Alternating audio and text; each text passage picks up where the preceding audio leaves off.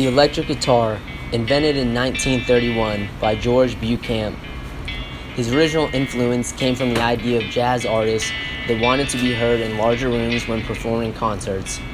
There were only acoustic guitars back then and only produced a limited amount of sound.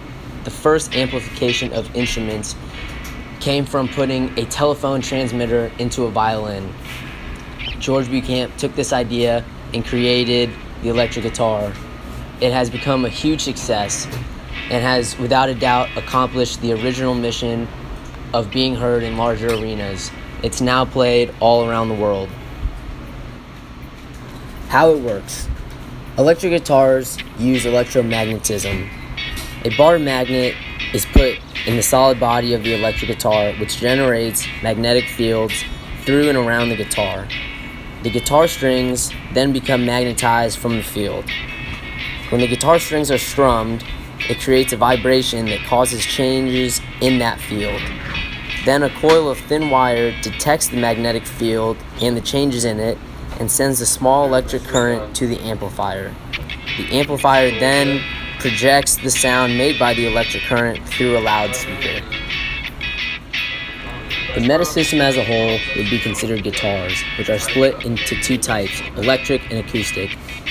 An acoustic guitar has a hollow body made from wood with a fretboard along the neck and strings. When the strings are strummed, the vibration is amplified through the hollow body that produces sound. However, an electric guitar has a solid body. The solid body contains an electric system of a bar magnet and coils.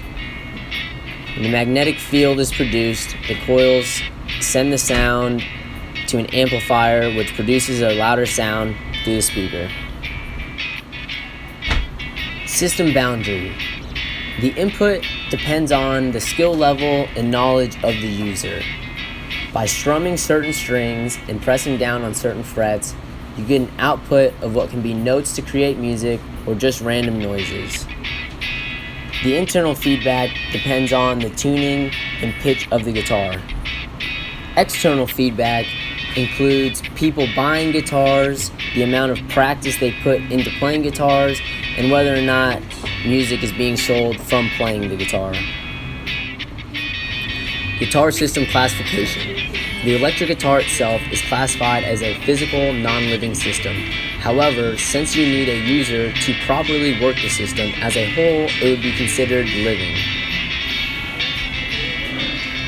Creators of the guitar, people who make the electric guitar system, have a white box view because they understand each part that operates the system and knows every detail about it. The guitarists, or users of the electric guitar, have a gray box view. They understand the technicality that goes into playing a guitar, but usually does not understand each of the components that allows the guitar to properly function. Music listeners usually have a black box view of the electric guitar system. They know that it takes some skill and practice to use the system, but they do not know themselves of how to operate it or put one together. Systemogram of the electric guitar. It is made up by many different parts and highly connected to the consumers. However, the end state is to create music for people to listen to and enjoy. System life cycle. In 1931, the need was to produce enough sound with a guitar to be heard in a larger room for concerts. George Buchamp took the telephone transmitter idea as a concept design. He designed it to take electromagnetic waves through a loudspeaker. He then produced a system and deployed it largely enough for all to buy now.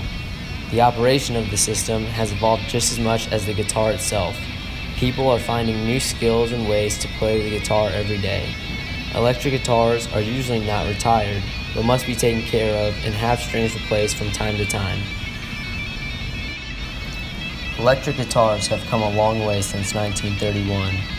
It has without a doubt surpassed George Buchamp's need to play in a larger room and still be heard by people in the crowd.